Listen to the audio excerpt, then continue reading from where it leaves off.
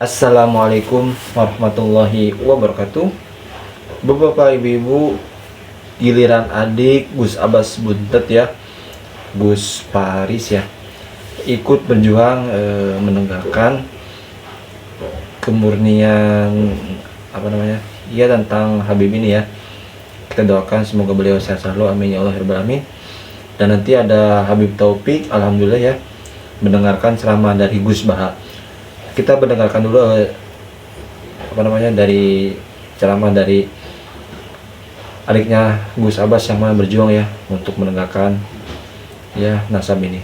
Oke, bapak-bapak ibu-ibu, kita ke videonya.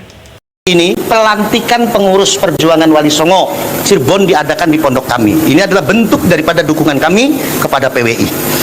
Saya sudah katakan di media bahwa PWI itu bagus sekali. Bukan karena ketuanya kakak saya, bukan. Malah saya ini nggak boleh deket-deket dengan Syarif Abbas. Ngobrol serius 1 menit, kesananya itu berantem kalau saya dengan Syarif Abbas. Makanya jangan deket-deket. Jadi saya ini sangat objektif mendukung PWI. Bukan karena Syarif Abbas kakak saya, bukan. Tapi karena programnya itu yang membuat saya ini sangat mendukung. Pertama adalah pelurusan sejarah. Dimana di hari ini kita menghadapi satu tantangan. Banyak sekali oknum-oknum yang menyelewengkan sejarah kita. Dari mulai NU, yang menurut saya pribadi itu bukan hanya sebagai sebuah organisasi atau jamaah, tapi NU itu amanat syariat bagi saya. Di hari ini ada oknum-oknum yang membelokkan sejarah NU. Yang kedua adalah pemalsuan nasab, di mana pemalsuan nasab ini dipakai oleh mereka untuk mengelabui dan mendoktrin masyarakat dengan tidak baik. Di darah saya ini ada darah Rasulullah, di darah saya ini ada darah Nabi Muhammad SAW, tetapi itu bukan sebagai sebuah contoh tauladan. Itu dipakai dan dipergunakan untuk membohongi masyarakat, bahkan yang lebih kejam daripada itu untuk menindas masyarakat.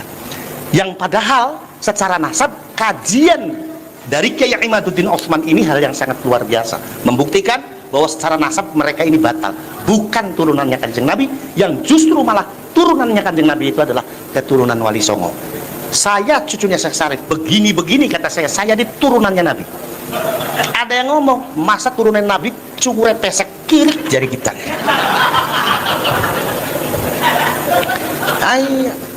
Akhirnya apa? Karena doktrinnya yang begitu kuat, akhirnya masyarakat memahami bahwa turunannya Kanjeng Nabi ukurannya cungur. Kalau ukurannya cukur, masa saya dengan Syarif Abbas beda keturunan? Ya kan? Syarif Abbas ini kan hidungnya mancung. Kalau dikatakan turunannya Nabi, wajar, pantas. Wajahnya ini Arabi. Kalau saya Cirebon Tulen, Pak.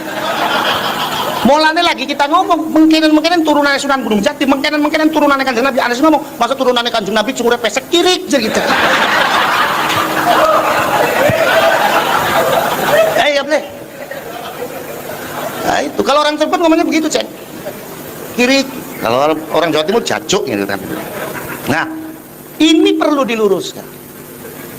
Kiai Imaduddin mengupas soal nasab, yang kemudian ditemukan pada dasarnya adalah kita yang memiliki jalur nasab yang pas dengan Rasulullah. Tujuannya adalah bukan untuk sombong-sombongan, tujuannya adalah bukan untuk dipamerkan, tapi tujuannya adalah sebagai contoh toladan bagi pribadi kita. Saya sampai di hari ini, jangankan nyontoh Kanjeng Nabi, nyontoh bapaknya sendiri saja saya belum bisa, apalagi nyontoh kakek saya. Diceritakan yang namanya Mbah Mutaat ini besok dinyatakan umur 15 tahun itu sudah berpuasa, sampai ketika wafatnya beliau ini dalam kondisi berpuasa. Kakek saya jatuh kepada saya cucunya, untung bulan Ramadan tol saya itu puasa, untung di sunnahnya Syawal orang-orang pada 1 minggu, saya cukup 3 hari saja. Ada yang nanya, Rik, ngapa dipuasa dengan telung dina? Bisa jadi rewel dari kita, ganjarannya pada baik dari kita. Tak mengkononnya tergantung ikhlasnya. Maksudnya tergantung ikhlasnya, ente sih puasa seminggu pameran, kita sih telung dina menang-menang baik dari kita. Ya inilah. Nah, maka yang terjadi akhirnya apa? Di Indonesia ini tidak terasa terjadi Arabisasi, Pak. Arabisasi itu nggak benar bagi kita orang Indonesia. Kenapa? Karena Rasulullah sendiri itu mengajarkan tentang nasionalisme kebangsaan. Ketika beliau mengatakan ana Arabiyun, saya Arab, dan siapa yang membenci Arab berarti membenci saya. Itu bukan semata-mata Rasulullah mengajak kita untuk mencintai orang Arab. Kalau hadis itu dimaknani bahwa kita harus mencintai orang Arab, pertanyaannya, apa yang harus kita cintai dari orang Arab di hari ini? Orang yang kerap kali mempermainkan hukum agama, orang yang kerap kali melecehkan wanita-wanita Indonesia, kerap kali TKW kita ini menjadi kambing hitam hukum bagi mereka. Rasulullah mengatakan ana Arabiun, itu nasionalisme kebangsaan. Kenapa? Sebab kalau kita teliti dari sisi nasabnya, yang namanya Rasulullah itu sejatinya bukan orang Arab, Pak. Rasulullah itu Mu'arrab, orang yang diarabkan. Beliau adalah cicit dari Nabi Ismail alaihissalam. Nabi Ismail adalah putra dari Nabi Ibrahim alaihissalam. Semenjak kapan Nabi Ibrahim hidup di Arab? Beliau dilahirkan di Babilonia. Kemudian beliau uzlah ke Palestina, yang secara letak geografis Palestina ini masuk wilayah Israel. Israel di dalam Al-Quran Allah menyebut dengan sebutan bangsa tersendiri, ya Bani Israel. Jadi Rasulullah itu sejatinya bukan orang Arab. Kalaupun beliau mengatakan ana Arabiyun, dan barang siapa orang yang membenci Arab berarti membenci saya, itu adalah nasionalisme kebangsaan. Maka mencerna hadis ini harus dilihat konteksnya.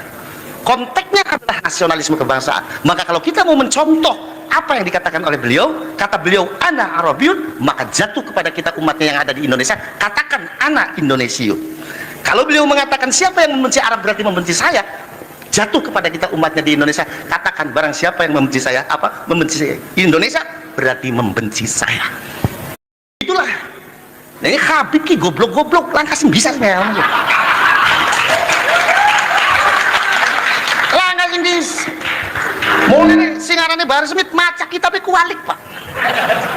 Itu huruf Arab ditulisnya sing tengen marani sing kiwe marani tengen diwaca sing tengen marani kiwe si pribet. Wah, toling rasaiku muallim. Begitu itu. Na'udzubillahi min dzalik, tsumma na'udzubillahi min dzalik. Makanya kata Said Zabidi, hadil ummah, ini umat, hadil ummah ini mahfudhah, maksumah dengan redaksi bahasa sholawat, yaitu Allahumma sholli ala Muhammad wa ala Sayyidina Muhammad. Karena dengan demikian artinya apa? Kita mencintai Rasulullah, tetap mendudukkan Allah sebagai al-mu'ti. Allah itu al-mu'ti. Wan nabi wa in jalla qadru muhtajun ila rahmatih. Nabi apapun tingginya derajatnya tetap muhtajun ila rahmatih. Terus kita sebagai umatnya memberikan azkar sholawat wa atamal barakah semuanya lin nabi. Tapi kita tetap minta pemberinya itu Allah. Allahumma sholli, berarti Allah wal mu'ti wan nabi wal qabil. Sehingga nggak akan ada umat ini menstatuskan nabinya sebagai apa? Tuhan. Makanya Said Muhammad sering ngutip dawe Sohibul Burdah, dakmat da'adhun nasara fi nabi ini wahkum bima syi'ta madhan fihi wa tahim fansub ila dhatihi ma syi'ta min syarafi wansub ila qatrihi ma syi'ta min idhami fa inna fadla rasulillahi laysa lahu haddun fayuriba anhu natikun bifami. Tapi uluhiyahnya selesai, nggak mungkin ada iddiaur uluhiyah. Karena Nabi ya makan ya minum. Dalam banyak cerita ya, juga dimarahi istrinya sampai 1 bulan nggak berani. Ya alhamdulillah umatnya do niru semua. Niru diamuk bojo rawani mulai barang itu udah ada ceritanya. Terus Sayyidina Ali juga sama neng masjid. Sing cerita ke NU ya Sayyidina Ali diamuk Sayyidah Fatimah terus turun ngisor beduk. Padahal zaman dulu nggak ada beduk karena yang cerita NU terus tidur di bawah beduk, beduk zaman itu. Barang sing cerita merbot, tidur di kamar mik. Padahal dulu nggak ada mik.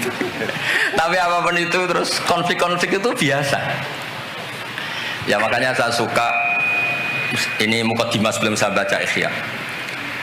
Ada ulama yang populer sekali, namanya Imam Wahidi, punya sarah, punya Quran, punya tafsir namanya Al-Basit. Di kitab saya kalau nggak salah sampai 25 jilid. Secara Mas Aziz Sinau serah cover ngiyain. Makanya saya ini termasuk kiai yang nggak boleh diundang kecuali Mbak Idris aja makso. Mau undang saya mesti iki sing ngundang Mbah Hamid ora aku. Ada terornya, harus ada teror. Nah, bahasa itu kan sepupu jadi ya piye ya rawani. Tapi suatu saat mungkin erane niki opo enteng. Mohon aman apa? Aman. Jadi diroya, saya ulang lagi, diroya atau ikhya atau apa, itu konstitusi. Saya ulang lagi ya, di kitab Basit, ketika Kanjeng Nabi ini dengerin betul ini ya ilmu, Nabi itu menghentikan begini, ini sa'altu wa ta'ala, saya ini pernah minta sama Allah Ta'ala, wa waditu anni lam akun fa'altuh, tapi saya berharap saya tidak pernah minta itu.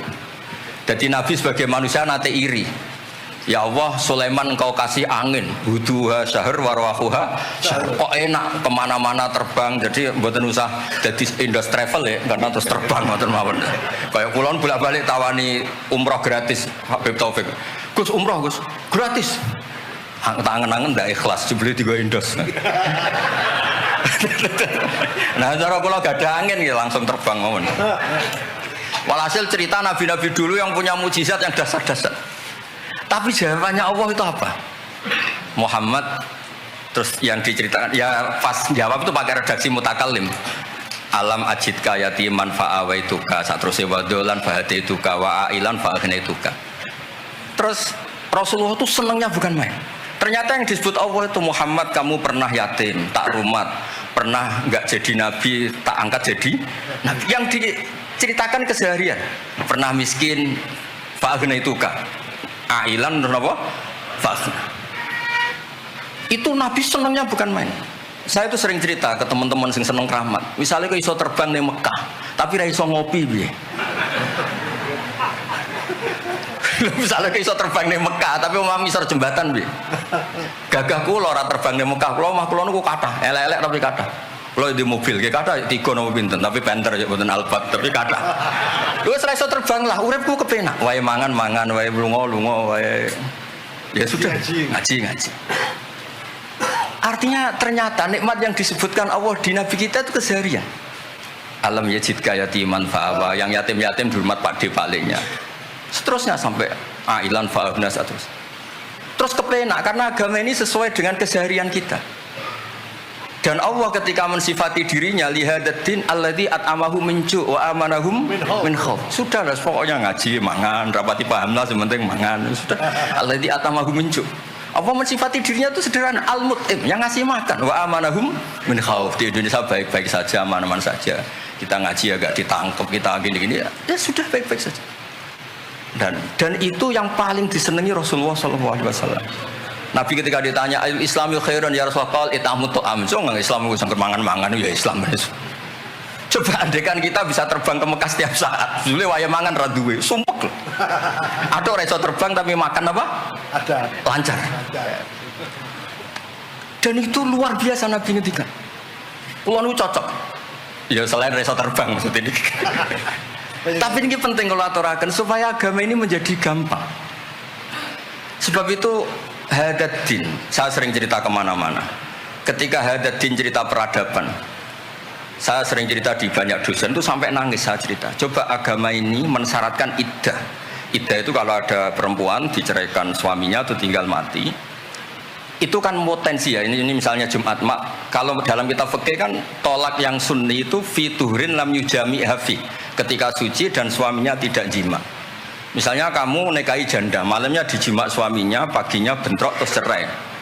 Terus kamu nikahi nggak ada iddah, terus punya anak ya nggak mirip kamu sama sekali karena produk awal. Konsolat wangil era karuan, nak mangan wangil, guling era karuan, ngundang kue abah. Kayak apa? Tapi barokahnya iddah itu selesai karena orang yang boleh dinikah harus baroatur rahmi. Berarti Islam ini mensafaati sekian orang karena tidak terjadi ikhtilatul ansab. Kayak apa baiknya Islam? Diatur. Tabani juga sama. Saya pernah ditanya seorang dosen, Gus kenapa Islam mengharamkan anak angkat? Yang diharamkan itu intisabnya, bukan anak angkatnya. Kalau kamu sayang monggo. Tapi kalau anak angkatnya sampai lupa nasabnya, kemudian nanti ketemu saudaranya nikah, itu bahaya. Terus nanti sama saudara angkatnya pegang-pegang dikira gak batalkan wudhu padahal ajnabi. Itu yang gak diinginkan Kanjeng Nabi. Belum keangkuhan. Ya misalnya wonten tiyang tipe anak angkat kok gaya, anak angkatnya Gus Batus lali keluargane, lala bapaknya jenenge Parmin terus muni anakku ayo repot. Itu kan mendidik keangkuhan. Mendidik napa? Keangkuhan. Sehingga Islam ibtalut tabanni. Dulu pernah ada periode orang nyebut Zaid bin Muhammad. Terus Allah membatalkan ud'uhum li abaihim wa aqsatu indallah. Akhirnya disebut Zaid bin Haris. Tapi sayangnya Nabi tetap sampai jenis Sayyidah Aisyah mangkelnya bukan main karena pernah Zaid ini akhirnya punya anak namanya Usama. Niku nak jajar Sayyid Hasan, niku kayak gula kopi, sutok wireng, sutok putih kuwanda. Niku nak meler rumbelen. Kanjeng Nabi kadang ngendikan niku lho apa sisi corong Jawa kan ngersi. Sayyidah Aisyah gak gelem, mobil caireng kan gak enak. Jebule malah sing nyisi Kanjeng Nabi. Wih, mulyane Usama sing nyisi malah. Artinya sayangnya tetap tabaninya dibatalkan tapi sayangnya tetap. Kayak apa Rasulullah SAW. Jadi kalau minta, dan itu di tafsir Basit itu yang saya paling suka, Ketika orang kafir bilang lan nu'mina laka hatta tafjura lana minal ardi yambu'a takuna laka jannatu min nakhil wa inabin fatufajjiral anharu khilalaha tafjira autus kita sama. Itu orang kafir mintanya kan aneh. Muhammad saya mau iman asal kamu menjadi orang kaya raya. Kemudian kamu tidak akan membebani kita. Atau Mekah ini menjadi sungai yang menjadi subur semua. Itu yang paling kurang ajar bilang gini, autar kofis sama walan nu'mina liruqiyika hatta tunazzila alina kitaban nakro. Lebih parah lagi ngomong gini mereka, auta tiya billahi wal malaikati qabila. Gini loh Muhammad, Allah turun dari langit terus gandeng kamu sama Jibril, terus tangan kamu diangkat dimaklumatkan, ini loh Nabi akhir zaman. Itu di semua riwayat ahli tafsir mengatakan kenapa Allah tidak nuruti itu, karena ketika konsep Quran itu rasional sesuai fitrah salimah, orang yang menolak itu angkuh, meskipun minta mukjizat itu yang menolak itu angkuh. Sebab itu kalau suwon Quran itu ya yang keseharian kita secara sosial, ya alladzina yunfikuna fis-sarra wad-dharra. Kalau sering cerita, kalau kamu merantau ke Jakarta, nemui teman misalnya Zaid, ketika berteman kamu sering ngasih uang. Sekarang Zaid jadi menteri atau jadi pengusaha di Jakarta. Dulu ketika berteman kamu sering ngasih uang Zaid. Ketika tersinggung. Oke teman-teman, bapak-bapak, ibu-ibu, itu dia tadi tanggapan dari adiknya Gus Abbas Buntet ya, yang mana beliau sama mendukung kakaknya yaitu Gus Abbas Buntet, yang mana Gus Abbas ini syarif ya, yang mana syarif itu ya keturunan Nabi Muhammad SAW ya, bapak ibu. Dan tadi juga ada Habib Taufik ya, alhamdulillah, masya Allah, ikut ngaji bersama Gus Baha ya, menyimak dengan tenang ya, dan tidak malu ya belajar ke Gus Baha. Oke, kita doakan Habib Taufik sehat selalu, Habib yang benar juga sehat selalu, Gus Abbas, terus semua pejuang Kiai Imam juga sehat selalu pokoknya. Ulama-ulama Nusantara yang baik juga sehat selalu, amin ya amin. Dan ibu-ibu, bapak-bapak juga semoga sehat selalu, dipanjangkan umurnya, amin. Oke, terima kasih, sampai berjumpa di next video. Assalamualaikum warahmatullahi wabarakatuh.